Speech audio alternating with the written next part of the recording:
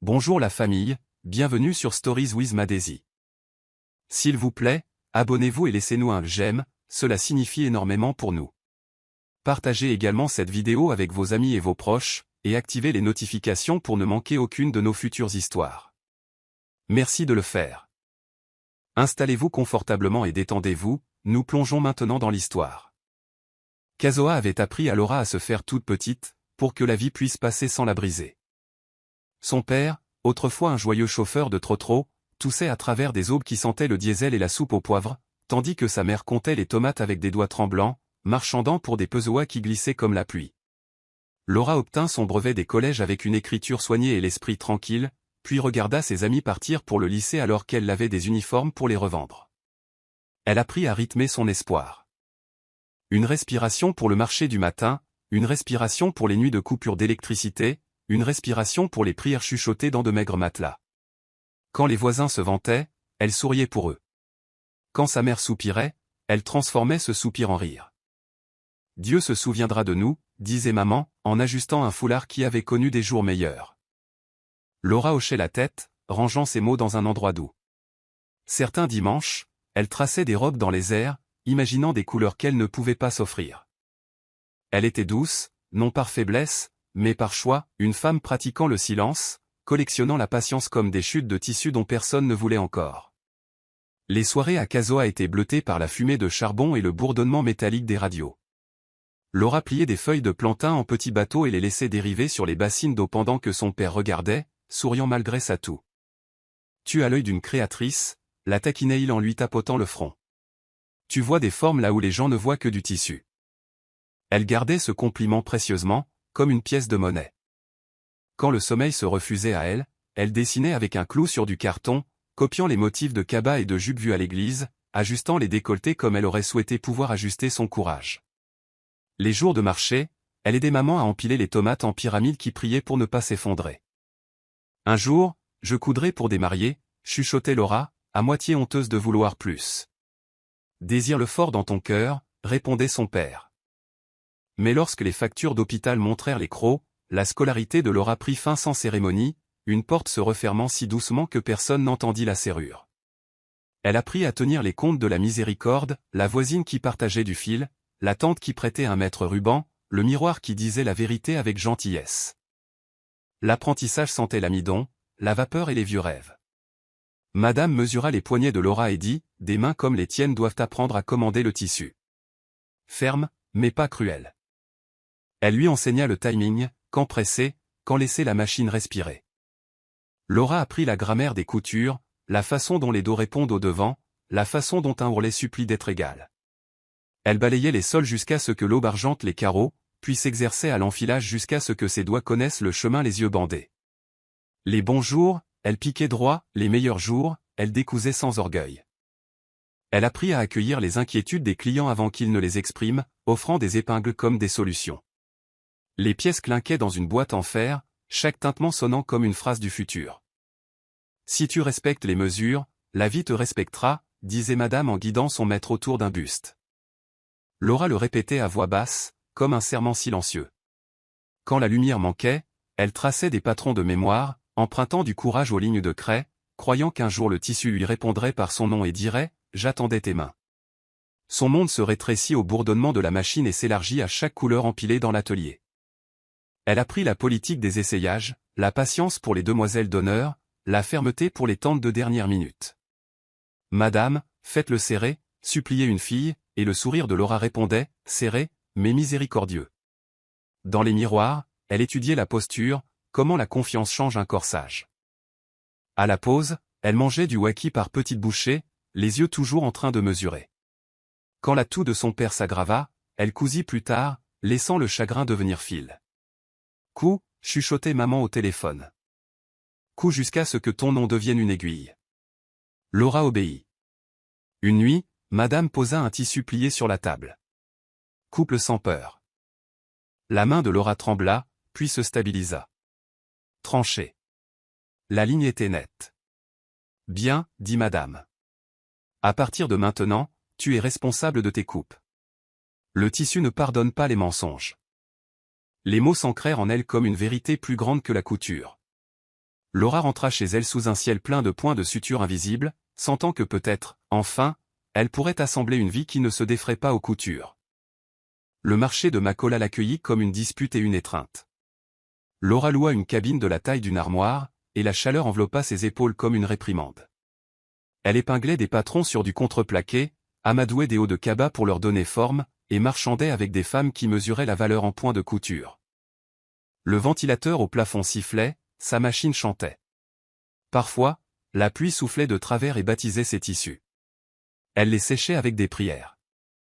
Elle apprit la carte des vendeurs par l'odeur, poisson frit, huile de palme, plastique neuf. À midi, elle buvait de l'eau en sachet et comptait les pièces, chuchotant « Multipliez-vous ». La solitude venait comme une cliente polie, visitant quotidiennement, partant tard. Elle confectionnait des uniformes scolaires qui allaient comme de petites promesses et des ourlets qui refusaient de commérer. Quand un enfant riait pendant un essayage, Laura sentait la grâce effleurer son épaule. Personne n'applaudissait. Personne n'avait besoin de le faire. C'était une vie décente, mince mais honnête, cousue par des mains soigneuses. Elle croyait que si elle continuait à faire avancer son aiguille, un jour l'étoffe de ses jours apprendrait à ne plus s'effilocher pour elle. Le soir, elle baissait son rideau de fer et regardait le marché se diluer dans la douce lumière des lampadaires. Elle rentrait chez elle avec de la poussière de tissu sur les cils, comptant ses pas comme des perles, se promettant un meilleur fer à repasser un jour. Dans sa chambre, elle écoutait la radio du quartier, traçant des idées de décolleté dans l'air. Elle parlait doucement à Dieu, sans marchander, rapportant simplement sa journée.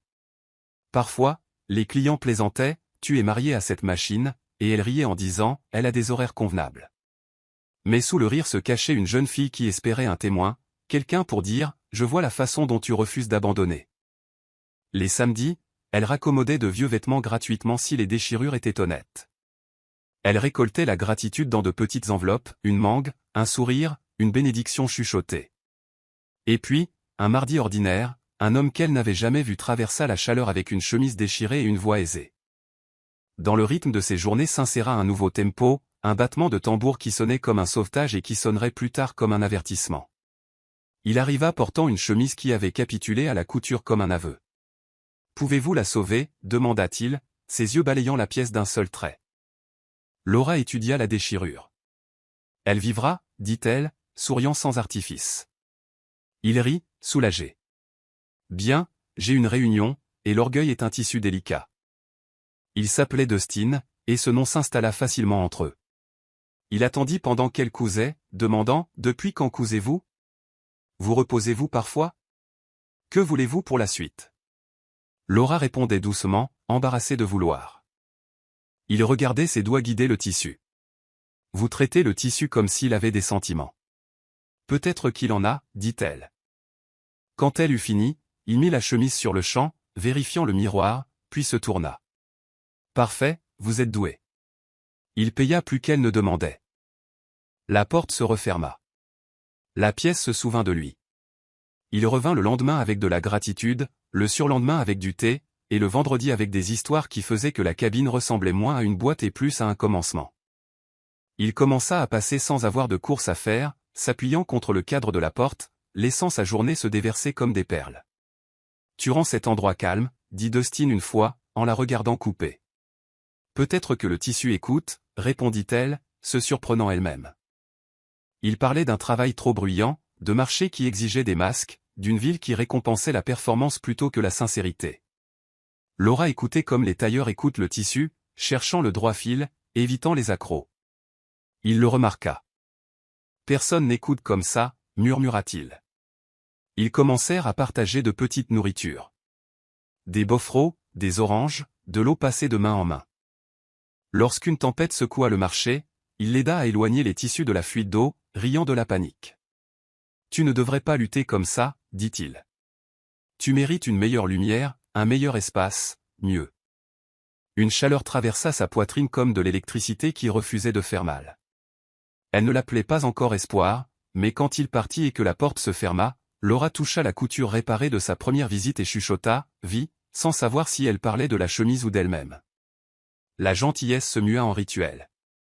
Dustin commença à arriver avec de petites améliorations, une ampoule plus brillante, un tabouret plus solide, du fil d'une couleur qu'elle n'avait jamais osé acheter. Laisse-moi faire, disait-il en installant l'ampoule, testant le bourdonnement. Laura protestait par politesse plus que par désir de l'arrêter. Il parlait de loyer et de sécurité. Elle riait nerveusement à l'idée que quelqu'un se soucie de la sienne. Quand le propriétaire menaça d'une augmentation, Dustin paya la différence avant qu'elle ne puisse compter ses pièces. « Tu ne me dois rien, insista-t-il. Je crois vraiment en toi. » Cette fois en elle avait le goût de la pluie après des mois d'harmattan. Elle s'autorisa de douce joie, un nouveau dé à coudre, une sieste le week-end. Il posa des questions sur son père. Elle lui raconta des histoires. Il écoutait avec une immobilité qui donnait à la mémoire un sentiment de protection. « Tu mérites de la douceur, dit-il, et les mots s'assirent dans sa poitrine comme une chaise enfin tirée pour quelqu'un de fatigué. Elle commença à imaginer une vie où elle ne choisirait pas toujours la plus petite portion, une vie qui pourrait inclure le fait d'être choisie en retour. Il faisait de petites promenades après la fermeture, le marché expirant enfin alors que les commerçants rangeaient leurs cris. Dustin lui parlait de son enfance à Accra, de l'apprentissage de la rapidité pour que la vie ne puisse pas le surprendre. Laura parlait timidement de rêves qu'elle gardait pliés comme du tissu spécial. « Ouvre-les » la taquina-t-il. « Voyons les couleurs. » Il riait facilement, prêtait attention généreusement, et quand il prit sa main, ce fut avec une délicatesse qui demandait la permission. Elle se sentit vue d'une manière qui n'exigeait pas de remboursement. Une fois, pendant une coupure de courant, ils s'assirent dans le noir, écoutant la ville vibrer. « Je veux te protéger, chuchota-t-il. Le cœur de Laura négocia avec sa prudence et finit par hocher la tête. Il devint son encre, ou ce qu'elle croyait qu'une encre devait être, assez lourde pour l'empêcher de dériver, assez légère pour être levée quand elle avait besoin de bouger. Au lit plus tard, elle dit au plafond, peut-être est-ce ainsi que commence le sauvetage, et le sommeil arriva comme une miséricorde dans l'obscurité, dénouant des nœuds qu'elle portait depuis des années. La demande en mariage vint sans trompette, un mercredi qui sentait la pluie sur la poussière. Dustin l'attendait devant sa boutique avec 2 pâtés à la viande et un sourire timide. Après avoir mangé, il sortit une petite bague de sa poche, le métal modeste mais stable. « Laura, dit-il d'une voix basse, laisse-moi construire une vie avec toi. Je veux protéger et construire avec toi. » Les mots atterrirent comme un toit étendu au-dessus de sa tête. Elle sentit la pièce basculer, la peur d'un côté, le désir de l'autre. « Es-tu sûr ?» demanda-t-elle, presque en chuchotant. Il hocha la tête. « Je n'ai jamais été aussi sûr. » Les clients applaudirent doucement, les tentes du marché poussèrent des ululements, et Laura essaya de ne pas pleurer dans son maître ruban. Elle dit oui, car son cœur avait déjà répété la réponse. À cet instant, la cabine du marché sembla immense, comme si le monde avait reculé ses murs pour faire place à un air nouveau. Il glissa la bague à son doigt, promettant « Tu ne lutteras plus seul ». Elle le crut, laissant l'espoir se tenir plus haut que sa prudence. Ils se marièrent simplement, des vœux à l'église sous un ventilateur qui cliquetait comme un métronome. On partagea du riz jollof dans de grands bols, les rires servant de décoration. Laura portait une robe qu'elle avait cousue elle-même, modeste et certaine. Dustin embrassa ses mains comme si elles étaient saintes. Dans leur petit appartement à Accra, ils déballèrent l'avenir, 2 assiettes, une bouilloire, un lit qui soupirait. Ils parlaient de projets et de sécurité. Elle hochait la tête, se prélassant dans la chaleur d'être choisie. « Repose-toi plus » insistait-il. « Laisse-moi porter les choses lourdes. » Cela ressemblait à de la tension.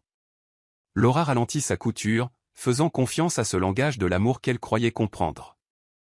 Ils ouvrirent un compte commun, parlèrent de meilleurs meubles, et placèrent la bague dans un porte-savon la nuit pour qu'elle ne gratte pas les draps. Elle pensait, c'est à cela que peut ressembler un nouveau départ, plus doux, plus lumineux, protégé. Elle dormait d'un souffle tranquille, inconsciente pour un temps que parfois, une promesse peut être à la fois une couverture et un bandeau, et que même les hommes bons peuvent apprendre la chorégraphie du contrôle. Les premiers mois furent mielleux. Dustin cuisinait le week-end, la taquinant, « Ton jollof est meilleur, mais laisse-moi faire semblant. » Ils prenaient des trostros jusqu'à la plage, laissant le vent aplanir leurs soucis. Laura riait plus facilement. Elle dormait plus profondément. Elle arrangeait les tissus en tours ordonnés mais cousait moins, satisfaite d'entendre quelqu'un lui dire de se reposer. Les dimanches soirs, il comptait les pièces pour la semaine, sa main sur la sienne, chaude. Quand les voisins demandaient comment était le mariage, Laura disait, comme une porte qui s'ouvre enfin. l'appartement se remplissait de petites routines, thé partagé, lessive partagée, secrets partagés dans le noir. Une fois, lors d'une coupure de courant, il alluma des bougies et fredonna, et elle pensa à la bague brillant comme une lune minuscule. Elle chuchota, « Merci de m'avoir choisi. » Il pressa son front contre le sien, pour toujours. L'espoir repoussait chaque doute. Il rêvait de meilleures chaises, de rideaux plus lumineux, d'un ventilateur plus solide. Dans les berceuses des jours ordinaires, Laura croyait avoir distancé la vieille solitude, que la gentillesse avait posé ses valises et prévoyait de rester. Les premiers contrôles portaient les costumes de la bienveillance. « Ne fatigue pas tes yeux », disait Dustin en éteignant la machine avant minuit. « Laisse-moi gérer le propriétaire », ajoutait-il, prenant en charge des conversations que Laura avait l'habitude de gérer. C'était un soulagement d'être prise en charge, alors elle ne remarqua pas que sa voix rétrécissait. Il suggéra des coiffures différentes, des robes différentes, rien de trop voyant. Elle accepta, confondant préférence et protection. Quand un client appelait tard, il fronçait les sourcils. Le travail ne devrait pas entrer dans nos soirées. Laura s'excusait. Il proposa de fermer la boutique des jours supplémentaires. Tu mérites du repos, insistait-il, et son cœur, assoiffé de douceur, buvait ses paroles. Ils ouvrirent le compte commun, et il sourit. Travail d'équipe. Il revenait avec des reçus. Elle faisait confiance aux chiffres sans les lire. Au début, rien de tout cela ne faisait mal. Mais quelque part, entre les machines éteintes et les appels réduits au silence, l'appartement apprit le bruit de sa soumission tranquille, une musique qui ressemblait encore à de l'amour si l'on n'écoutait pas trop attentivement. Quand elle hésitait, il plaisantait, la perfection peut attendre. Elle repliait le tissu et une part d'elle-même. La critique arrivait comme une bruine qui prétendait ne pas être de la pluie. Ce ragoût est trop liquide, dit Dustin un soir, repoussant légèrement le bol. Une autre nuit, tu lis trop lentement. Une autre, ton anglais sonne rural. Laura pliait ses commentaires comme du linge, essayant de les aplanir. Elle s'excusait pour des erreurs qu'elle ne voyait pas.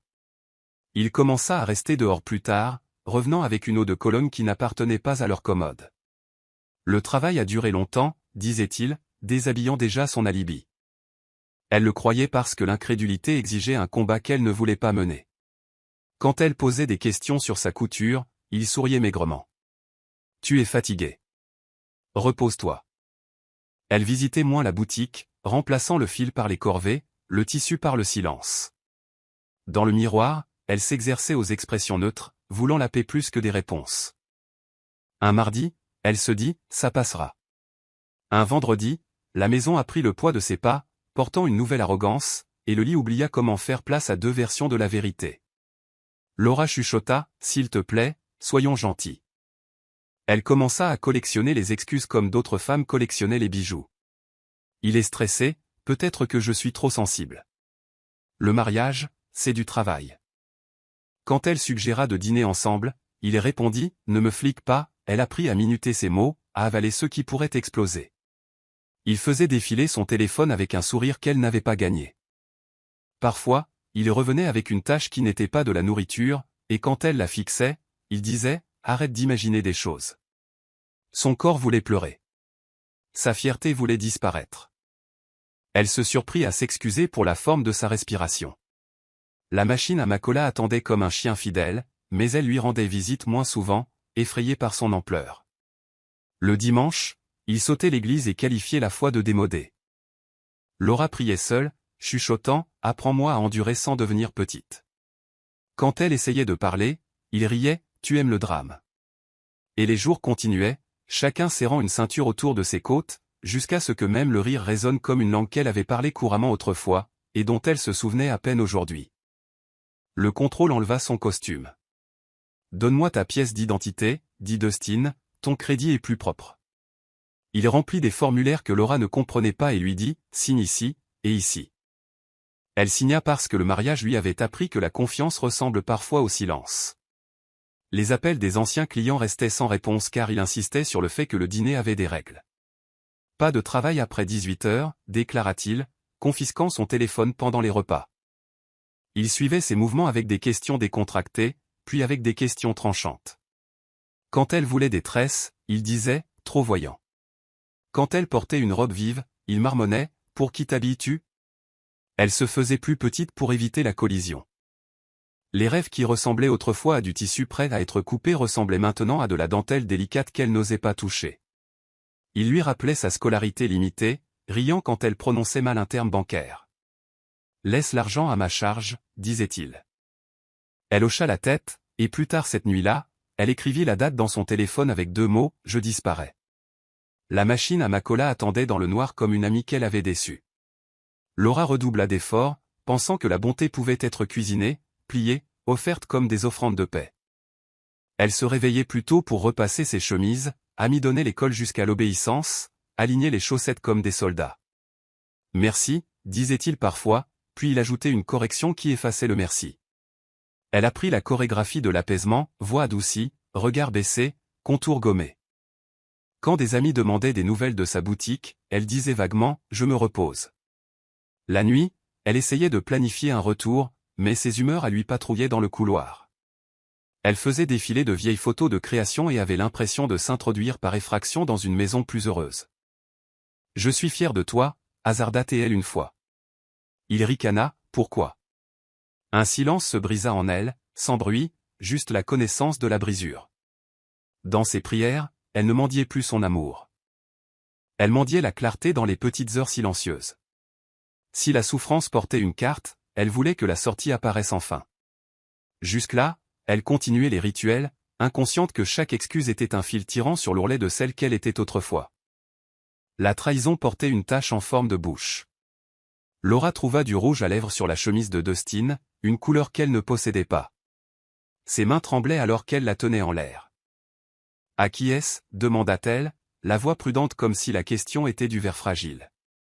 Il jeta à peine un coup d'œil. « Détends-toi, c'est peut-être d'un câlin au travail. » La semaine suivante, cela réapparut, plus audacieux, se moquant du savon. Elle posa la chemise sur le lit comme une preuve qui refuserait de mentir. « Dustin, essaya-t-elle, s'il te plaît, parle-moi. » Il soupira, transformant l'agacement en théâtre. « Tu me harcèles. Pourquoi cherches-tu toujours les problèmes ?» Le mot harceler la frappa comme une règle en fer. Elle essaya de le lui renvoyer et échoua. « Je suis désolée, dit-elle à la place, comme si les excuses pouvaient blanchir le tissu. Cette nuit-là, elle resta éveillée, mesurant la distance entre leurs respirations. Au-delà de la fenêtre, Accra bougeait, indifférente. À l'intérieur, Laura apprit les mathématiques de l'incrédulité, comment une preuve peut se tenir dans une pièce et être tout de même déclarée imaginaire. Sa poitrine répondit par un silence douloureux. Le matin, elle cuisina des œufs avec la minutie d'un chirurgien, espérant que la tendresse pourrait assaisonner les faits. « Je ne voulais pas te contrarier », offrit-elle. Dustin hocha la tête comme un juge rejetant une petite affaire. « Bien, dit-il, ne créons pas de drame à partir de rien. » Le mot rien la traversa comme une eau glacée. Elle mangea seule après son départ, mâchant le chagrin en forme qui ne l'étoufferait pas. À la boutique, la machine l'accueillit avec son unique chanson honnête, et elle l'enfila comme si elle se recousait elle-même. Elle piqua des lignes nettes et se souvint du temps où il avait loué la stabilité de ses mains. Maintenant, ses mains apprenaient une nouvelle stabilité, la capacité de finir une couture alors qu'un cœur tremblait point. Elle plia les vêtements, les empilant comme autant de raisons de continuer, et chuchota, « Respire. » Le soir la trouva près de la fenêtre, la ville scintillant des histoires des autres. Derrière elle, une chemise séchait, propre mais pas innocente, et l'appartement gardait le secret qu'on lui avait appris à taire ce soir-là. Laura découvrit les 26 000 $ manquants par un jeudi matin humide, ce genre de matin où la sueur perle avant même que la certitude ne s'installe. Elle s'assit au bord du lit, fixant l'alerte bancaire, son pouce tremblant au-dessus de l'écran. Lorsque Dustin revint de sa douche, elle s'approcha de lui avec précaution, tenant son téléphone comme s'il s'agissait d'une preuve capable de lui brûler les paumes. « Dustin, s'il te plaît, je veux juste comprendre. Pourquoi as-tu retiré cette somme de notre compte joint ?» demanda-t-elle doucement. Il ne répondit pas. Il continua de boutonner sa chemise, la mâchoire se serrant d'une manière inhabituelle. « Je te le demande calmement, » murmura-t-elle, essayant d'affermir sa voix. Il se retourna brusquement. « Calmement ? Tu m'accuses. Toi. » Sa voix montait par vagues, s'écrasant plus fort à chaque mot. « Dustin, je n'accuse personne, je veux juste. » Le bruit de la gifle fendit l'air avant que la douleur ne l'atteigne. Elle chancela, s'agrippant à la commode. Il recula, respirant lourdement, les yeux vacillants d'une lueur qu'elle ne put nommer. « Ne me questionne plus jamais, dit-il en sortant en trombe, comme si c'était elle qui lui avait fait du tort en saignant. Laura resta assise sur la moquette pendant des minutes qui semblèrent des heures, sa joue palpitant sous sa paume. La gifle faisait mal, mais pas autant que la soudaine familiarité de ce geste, comme si la vie l'avait préparée à ce moment en silence. Elle attrapa son téléphone et ouvrit l'application de notes. D'une main tremblante, elle tape « 6 septembre, il m'a giflé. Je me souviendrai de ce jour. » Elle nota les détails avec précision, documentant chaque humiliation comme si elle était l'archiviste de sa propre douleur. Quand les larmes arrivèrent enfin, elle les laissa couler en silence, ne voulant pas que les murs l'entendent. Plus tard cette nuit-là, allongée dans son lit, elle revit son visage, sa main, et le silence qui avait suivi. « Dieu, est-ce vraiment là mon lot ?» chuchota T.L. Mais sous la douleur, quelque chose bougea petit, aigu, un éveil. Elle réalisa qu'elle n'avait pas peur de partir. Elle avait peur de ne plus jamais redevenir elle-même. Et cette peur, calme et constante, commença à tisser une nouvelle détermination dans son esprit. Le lendemain matin, Laura marcha jusqu'au marché McCullough d'un pas lent et délibéré, chaque foulée résonnant contre la douleur de sa joue. Elle ne dit pas à Dustin où elle allait. Elle ne lui devait plus d'explications. Lorsqu'elle atteignit l'allée familière, le bruit des commerçants lui sembla étrangement apaisant, comme une langue qu'elle comprenait encore. Betty l'aperçut de loin et se précipita, l'inquiétude inondant ses yeux chaleureux. « Et, Laura, qu'est-il arrivé à ton visage ?» chuchota T.L. en la guidant doucement vers un tabouret en bois derrière son étal. Laura se força à sourire. « Je vais bien. J'ai juste besoin d'espace. » Betty l'observa attentivement, sans insister, car les vrais amis savent quand les questions font saigner davantage. « Tu as toujours ta machine ?» demanda Betty doucement. « Oui, » répondit Laura en baissant les yeux vers ses doigts. « Mais je n'ai plus d'endroit. » Betty bougea, puis pointa du doigt un passage étroit derrière sa boutique, à peine assez large pour 2 machines à coudre. « Utilise ça, dit-elle. C'est gratuit. Personne ne te dérangera. Cache-toi s'il le faut, mais ne t'arrête pas. » La gorge de Laura se serra. « Betty, je ne peux pas. »« Tu peux, » insista Betty. « Tu le dois. » L'espace caché ressemblait à un coin oublié du monde, poussiéreux, exigu, sentant vaguement le vieux carton. Mais Laura vit du potentiel dans ces ombres. Elle le nettoya avec une détermination silencieuse, la poussière s'élevant comme de vieux souvenirs. « Que veux-tu coudre en premier ?» demanda Betty. « Des robes pour enfants, » murmura Laura. « Quelque chose de petit. Quelque chose qui ne me dévoilera pas encore. » Lorsqu'elle posa sa machine sur le tabouret en bois, elle sentit son cœur reprendre son rythme. Le premier point qu'elle fit trembler légèrement, mais le second fut plus ferme. Au troisième, elle respirait différemment, plus stable, plus claire. Betty la regarda et chuchota, « Bien. C'est ça, ma fille. » Alors que Laura cousait dans la soirée, elle ne pensait pas à la colère de Dustin ni à sa gifle. Elle pensait à la survie façonnée par le tissu, au but s'élevant comme la vapeur des fers chauds.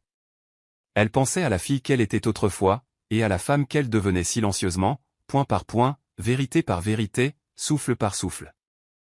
Les jours de Laura devinrent une symphonie privée de fils, de ciseaux et de résilience tranquille. Elle se réveillait avant Dustin, préparait son petit déjeuner sans le regarder dans les yeux, et mentait avec aisance lorsqu'il demandait où elle passait ses après-midi. « J'aide juste une voisine, » murmurait-elle. La vérité reposait sous sa langue comme une graine, trop dangereuse pour être avalée, trop sacrée pour être exposée. Dans le coin caché de Betty, elle bâtit son petit empire, une robe à la fois. Elle commença par des patrons simples, des manches à volant, des couleurs ludiques, et les vendit à bas prix pour que les clients ne questionnent pas son anonymat. Les mères chuchotaient des compliments. Les enfants tourbillonnaient joyeusement dans ses créations. Chaque « merci, madame » recousait un peu de confiance en elle. Elle économisait chaque cédille dans une petite enveloppe qu'elle gardait à la boutique de Betty, refusant de laisser Dustin sentir ne serait-ce qu'un soupçon de sa force naissante. Parfois, Betty jetait un coup d'œil et souriait. « Laura, elles sont magnifiques. Tu iras loin. » La poitrine de Laura se réchauffait d'une fierté qu'elle n'osait pas rapporter chez elle. Les nuits étaient les plus dures. Après de longues heures de couture, elle retournait à l'appartement où la présence de Dustin remplissait chaque coin comme de la fumée. Il remarqua son calme renouvelé, mais le prix pour de la soumission. Bien, dit-il une fois. Tu te comportes enfin correctement. Elle ravala sa colère, chuchotant intérieurement, si le silence protège mes progrès, alors laisse-moi être silencieuse. Parfois, elle cousait dans son esprit avant de dormir, concevant des robes qu'elle espérait réaliser quand sa situation changerait. Bien que l'épuisement tirât sur ses os, son esprit se sentait étrangement éveillé. Chaque fois que Dustin la grondait inutilement, elle imaginait les vêtements qu'elle avait cousus ce jour-là, preuve que ses mains lui appartenaient encore. Lentement, elle ressuscita la femme qu'il pensait avoir enterrée. Stable, concentrée, dangereusement silencieuse. 2 semaines plus tard, une femme élégante nommée Sarah visita la boutique de Betty, cherchant quelque chose d'unique. Betty sourit d'un air entendu. « Regardez derrière, dit-elle. » Laura émergea timidement, tenant 3 robes soigneusement pliées. Sarah les examina avec une excitation croissante. « Mon Dieu, qui a fait ça ?» Laura leva la main timidement. « J'ai essayé, dit-elle. » Sarah gloussa. « Vous n'avez pas essayé, vous avez réussi. Je prends les 3. » Laura cligna des yeux, stupéfaite. Sarah posa pour une photo ludique devant la boutique. « Je vais poster et vous identifier, riait-elle. Votre travail mérite d'être vu. » Laura hésita. « S'il vous plaît, identifiez seulement ma page de couture, pas ma page personnelle. » Sarah acquiesça, respectant une peur qu'elle ne comprenait pas. Quand elle partit, Laura s'appuya contre le mur, le souffle coupé. Le lendemain matin, la petite page de couture de Laura avait gagné 27 nouveaux abonnés. Elle fit défiler les messages, les compliments, les demandes. Elle pressa sa paume contre sa poitrine.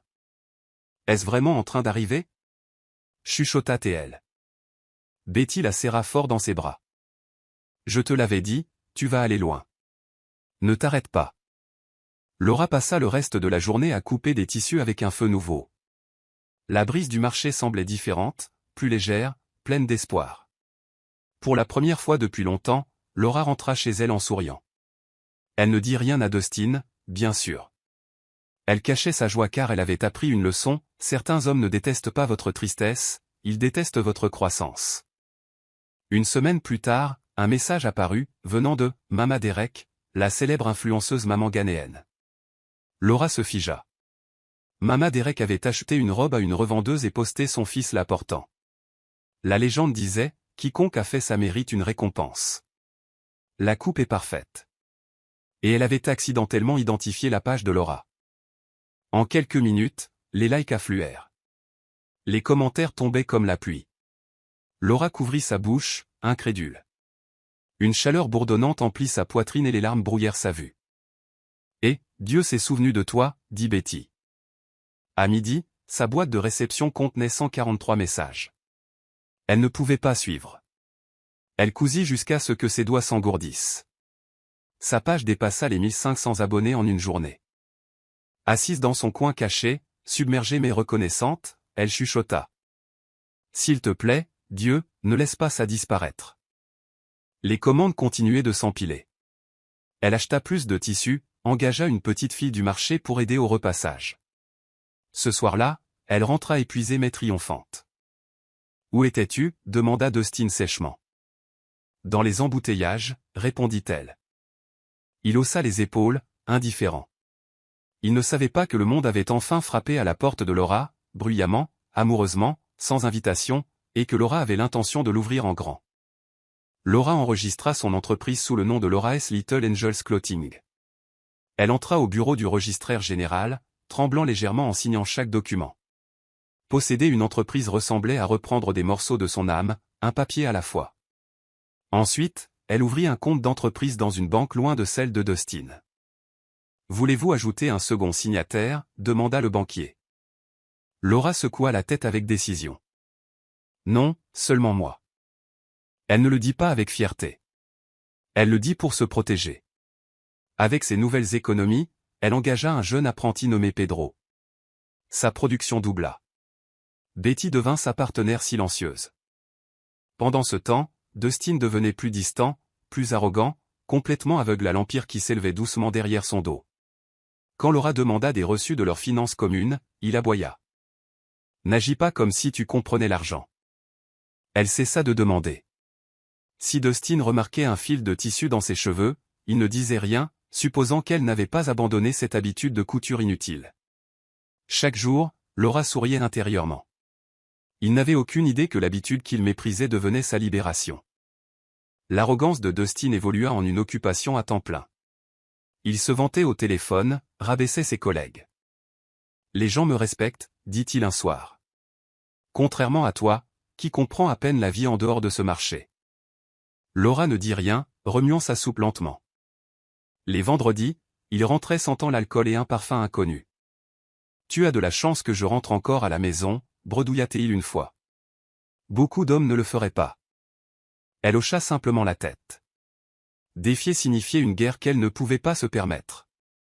Pendant ce temps, les dépenses de Dustin augmentaient. Il affichait une supériorité qu'il n'avait pas gagnée. Quand j'en aurai fini avec ce mariage, dit-il nonchalamment un soir, ma vie aura enfin du sens. Laura cligna des yeux. Que veux-tu dire par fini? Il haussa les épaules. Ne t'inquiète pas, tu verras. Elle dormit le dos tourné vers lui cette nuit-là. Son corps s'enroulait autour d'une vérité qu'elle n'avait plus peur d'affronter, Dustin ne changeait pas, il se révélait. Et elle se préparait silencieusement pour le jour où son arrogance s'effondrerait sous son propre poids. Le cœur de Laura commença à déménager lentement dans des espaces auxquels Dustin ne pouvait plus accéder. Ses insultes ne la transperçaient plus, elle ne faisait qu'effleurer une version d'elle qu'il ne connaissait plus. Un soir, Dustin se tenait dans l'encadrement de la porte, la regardant plier le linge. « Tu as changé » dit-il en plissant les yeux. Laura plia une chemise avec soin avant de répondre. « Les gens changent quand ils grandissent. » Il ricana. « Tu ne grandis pas. Tu t'effaces. » Elle le regarda alors, le vit vraiment, un homme dont l'estime de soi dépendait du fait de la rabaisser. « Si tu le dis, » chuchota T.L. À l'intérieur, elle était à des kilomètres de là, concevant de nouvelles tenues. La décision tomba sans avertissement. Dustin rentra un soir, jeta une enveloppe brune sur la table et dit « Signe ça. » Laura l'ouvrit, les mains stables. « Une demande de divorce. »« Pourquoi » demanda-t-elle doucement. « Je suis fatiguée. Je veux une nouvelle vie. Tu n'es pas la femme que je pensais que tu deviendrais. Tu partiras sans rien. C'est comme ça que le divorce fonctionne. » Il sourit triomphalement, ignorant qu'elle voyait clair en lui. « Tu as toujours dépendu de moi. Donc ce sera dur pour toi. » Laura respira avec précaution. « Si c'est ce que tu veux, très bien. » Dustin s'adossa, suffisant. « L'audience est dans une semaine. J'ai déjà dit à l'avocat que tu n'as pas contribué à nos finances. Tu sais que tu n'as rien fait. J'ai tout financé, pensa-t-elle, mais garda le silence. D'accord, dit-elle en pliant doucement les papiers.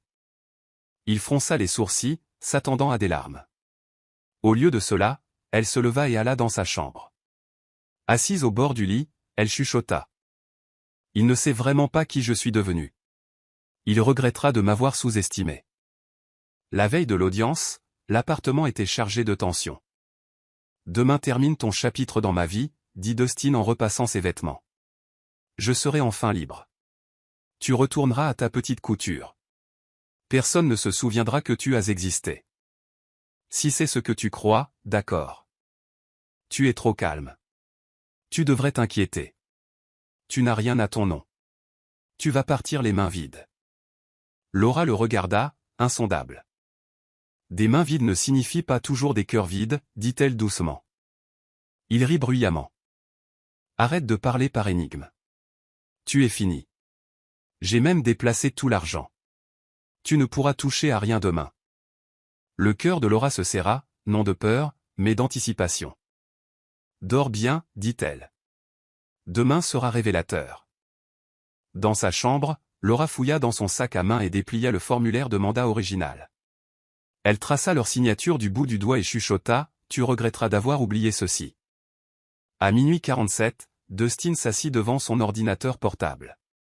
Le solde scintillait à l'écran, 120 864 $. Tout ça est à moi, chuchota-t-il avec suffisance. Sans hésitation, il initia un virement vers un compte enregistré sous un faux nom commercial. Quand l'alerte de confirmation bipale retentit, il applaudit doucement. Laura, allongée dans le noir, l'avait entendu. Elle n'avait pas besoin de vérifier son téléphone pour savoir qu'il avait fait quelque chose d'imprudent.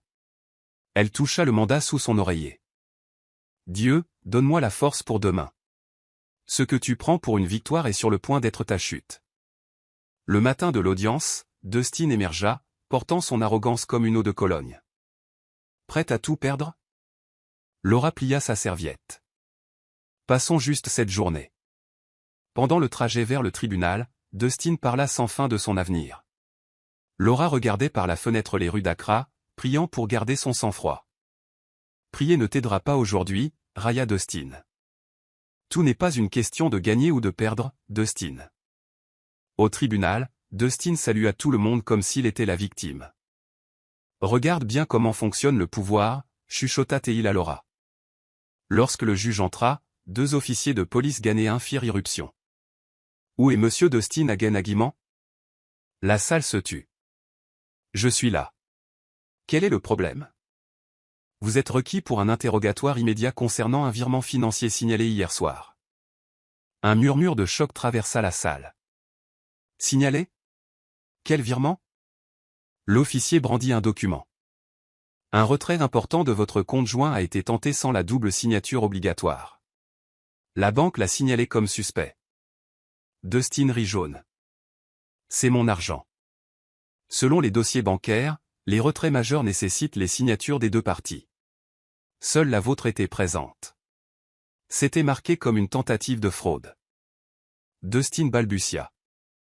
Cette règle ne s'applique plus. Elle s'applique absolument. Dustin se tourna vers Laura, la peur remplaçant la confusion. Laura, dis-leur quelque chose. Laura leva lentement le visage. Je n'ai besoin de rien leur dire. Les documents parleront. Elle sortit le formulaire de mandat jauni de son sac et s'approcha du banc. Votre honneur, dit-elle doucement, voici le formulaire de mandat original. Le directeur de la banque avait insisté pour une double signature en raison des problèmes de prêts antérieurs associés au nom de mon mari. Le juge examina le papier. Monsieur Aguiman, la signature de votre femme est clairement requise ici. C'était votre propre accord. Dustin tenta de se justifier. Je ne voulais pas. Je n'ai pas lu. Laura se tourna vers lui. Tu aurais dû te souvenir du jour où tu m'as fait signer ça. Tu m'as appris que le silence est plus fort que les cris. Le juge frappa son marteau. Compte tenu de ces documents, la tentative de virement est invalide et sera immédiatement annulée. De plus, une enquête pour intention frauduleuse va être ouverte. Le contrôle du compte joint sera transféré à Madame Laura Aguiman en attendant le règlement final du divorce. Le monde de Dustin s'effondra. Vous ne pouvez pas faire ça. Elle n'est rien sans moi. Le juge conclut. Le divorce est prononcé en faveur de l'épouse. La séance est levée. Dustin s'effondra sur sa chaise. Laura se leva, lissant sa robe. Tu n'as jamais compris le pouvoir de ce que tu négligeais. Dans le couloir, Dustin rampa presque après elle. Laura, attends, je t'en supplie. Je pensais que tu ne survivrais pas sans moi. C'était là ta première erreur, croire que ma survie dépendait de toi. Les officiers l'emmenèrent. Je ne connaissais que l'homme que tu prétendais être, dit-elle en s'éloignant, sa silhouette intouchable. Laura retourna au marché. Betty courut vers elle. C'est fini, Betty. Je suis libre. Les mois suivants, son entreprise grandit rapidement. Elle envoya de l'argent à sa famille, loua un studio spacieux. Un jour, dans sa nouvelle boutique inondée de soleil, une jeune femme demanda. Êtes-vous la propriétaire? Laura sourit, son reflet montrant une femme transformée. Oui, bienvenue. Elle sortit, regardant la ville, et chuchota, c'est ce que j'étais censé être depuis toujours. La liberté ne criait pas, elle rayonnait. Et Laura, enfin, rayonnait de l'intérieur. Verset biblique, Psaume 34, 19, le malheur atteint souvent le juste, mais l'Éternel l'en délivre toujours. La morale de l'histoire, peu importe à quel point quelqu'un essaie d'enterrer votre lumière, une force silencieuse, une croissance constante et une foi inébranlable peuvent vous élever au-dessus de toute forme de trahison. Le vrai pouvoir n'est pas bruyant, il se trouve dans la connaissance de sa propre valeur, en s'élevant tranquillement, et en ayant confiance que Dieu se battra pour vous d'une manière que vos ennemis ne verront jamais venir. Prière de clôture, Père Céleste, merci pour la force qui s'élève même dans le silence, et pour le courage que tu plantes dans le cœur de ceux qui se sentent invisibles et inaudibles.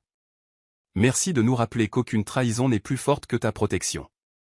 Seigneur, aide-nous à faire confiance à ton timing, à marcher avec sagesse et à conserver notre dignité à travers chaque tempête. Au nom de Jésus, Amen. C'est la fin de l'histoire. Qu'avez-vous appris de ce récit? Laissez vos pensées dans les commentaires. Laissez un like, et n'oubliez pas de vous abonner et d'activer les notifications. Merci beaucoup d'avoir regardé.